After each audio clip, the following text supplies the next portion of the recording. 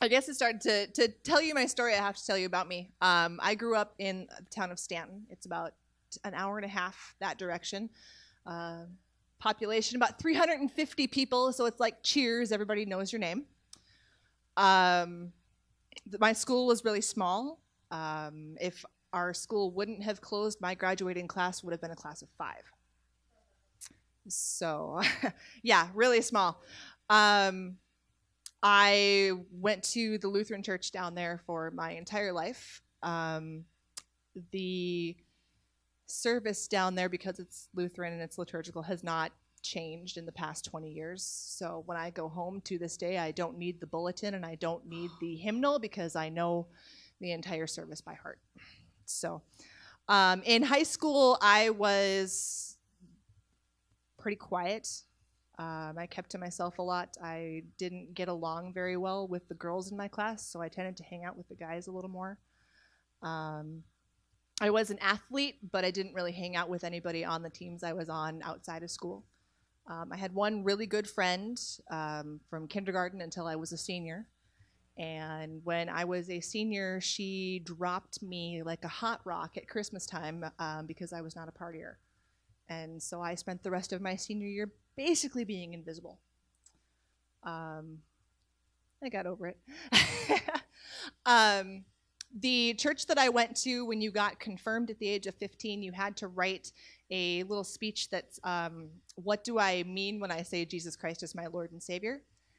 And at that point, what I was listening to in church didn't have a whole lot of impact on how I was living the rest of my life. I was a Sunday school teacher back then, and to this day, I think that was maybe kind of a bad idea, but they asked and I did it. So, but when we had to write that essay, my essay was so bad, at least in my opinion, that when they printed everybody's essays in the bulletin the Sunday that my class got confirmed, they had printed a completely different part of my essay. So they had printed everybody else's little faith statement, but they'd skipped over mine and printed a different part. So that kind of got to me a little bit. When I was a senior, when I graduated, I came to Minot State. And I spent my freshman year being an Easy Mac eating hermit. I would get up, I would go to class, I would come back to my dorm, and that was it. I didn't eat in the cafeteria, had the meal plan, didn't go to the cafeteria, didn't really hang out with the people in any of my classes. I just kind of sat to myself and binge watched a lot of TV. I was home every weekend. Fridays after classes, I would get in my car and I would drive home. Even if the weather was really bad, I drove home in a blizzard where they had closed 83 while I was on 83. So, but I needed to get out of Minot. I couldn't stay in my dorm. So, and it started getting to the point when I was a freshman in college where on those drives to and from home on that hour and a half, I would sit there and wonder, at this point, if I would, drive off the side of the road, would anybody care? Because I was that lonely. And so when I was a sophomore, when I switched dorms, my mother decided that my life was going to change. And my mom basically said, you need to get out and you need to find something to do. And for the first few weeks of school, I was kind of back in the same habit. I would get out and I would go to class and I would come back to my dorm and I would stare at the walls. There was one day I came back from classes and I was walking through the entryway at Dakota Hall, and there was a sign up on the bulletin boards for the activities and the clubs on campus that was advertising beach volleyball and hot dogs. And it was put on by an organization called Campus Crusade for Christ, which is a little bit like Youth for Christ, but for college kids. And so my first thought when I saw the poster was, with the name Christ in the club name, these are people I'm hoping that are not going to be out partying and getting hammered in typical college things on the weekends. And I really liked volleyball, and I'm a college student, so I never said no to free food.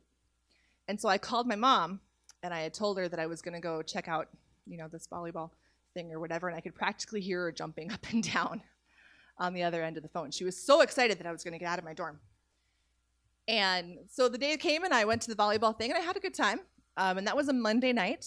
And then Tuesday, they invited everybody back that had been at that to go to the weekly meeting up at the Student Union. And my thought process was I got done with class and I went back to my dorm, had my Easy Mac, and I said, okay, I'm just going to go and I'm going to go to the student union and I'm just going to walk by the place where they have the meeting. And if somebody stops me and says, hi, come on over, it'll be fun, then I'll stay. But if nobody says anything, then I'm just going to keep walking. And so that Tuesday night, I stuck a book in my sweater pocket, I stuck my iPod in my ears, and I walked over to the student union. And the whole time I was walking through the building to get up to the meeting, I was thinking, part of me was like, nobody stop me. Nobody stop me. Nobody stop me. Nobody stop me. And then part of me was going, please, please, somebody say something. And so I got up there, and somebody grabbed me by the arm, and they would not leave me alone the rest of the night. So anytime I thought I was going to get away with hiding in a corner, she would shove me towards some other new group of girls. And so there was no getting away. And I was really excited when I started college because of the way church and things had been when I was in high school. I was really hoping that being a college student, I would get to explore, what I believed and what was out there. A little more. And so Campus Crusade really helped with that. We had a girls' Bible study that would meet every morning for bagels, and we would go over devotionals. And gradually, as the year kind of progressed, some kind of random things started happening.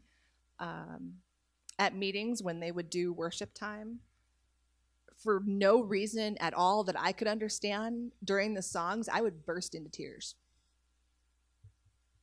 I thought I was going crazy because there should be no reason that some song is making me feel the way I'm feeling. And I just felt there was part of me that was looking at the lyrics on the screen going, I don't understand that. Why is that like that? Or why is this having such an impact on me? And so I started meeting one-on-one with the girl that ran our Bible study. And she was, I was kind of talking to her about the whole thing. And she had asked me the question if I knew where I was going when I died. And I didn't have an answer for her. And so we kind of started talking a little more about what it means to accept Jesus and what that relationship does. And we were meeting in the library to go over our one-on-ones. And the night before, we had been talking about this, because it had been another night where they'd done something on campus, and I'd burst into tears again and couldn't figure out why I was crying. And she wanted to meet with me the next day. And so I went back to my dorm room that night, and I still have the sketch paper, and I should have brought it. But in my Bible case, there is a piece of my sketchbook that's got a whole bunch of questions on it. What is grace, and how do I receive grace? And is there a heaven, and am I going there? And why do I, part of me feels like I'm here and I want to be here, but I don't know how to get there, and I don't know what that means. And so the whole page is covered in questions mixed in with random drawings of crosses when I couldn't think of a question.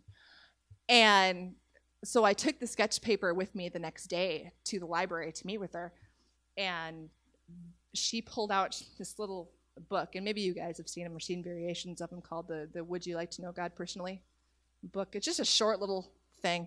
And we started going through it, and we got to the page where it said, people are separated from God. Everybody is sinned. Jesus is the only way to get to God. And I'm like, yeah, I know all that. I'm like, I got that. That makes sense. That works for me. I said, but the very next page that she turned in black and white on the page said, but it's not enough to know all these things. And don't tell me God doesn't have a sense of humor. And so it was like the light bulb came on. And I'm like, this is what I'm missing. And so she and I prayed in the library that day. And I now have a relationship with Jesus, and it is the best feeling in the world. I remember I'm not lonely anymore like I used to be. Even if I'm in a crowd of people, I have somebody that I can talk to. I really like prayer. I like knowing that somebody is listening no matter what, no matter when, no matter where, even if they don't always talk back right away. I'd like to pretend that I'm up here today on Youth for Christ staff because I have all the answers for you, but I don't. I get just as much out of the Monday meetings as you guys do. So it's been a really good ride, and I'm looking forward to seeing how the rest of it turns out.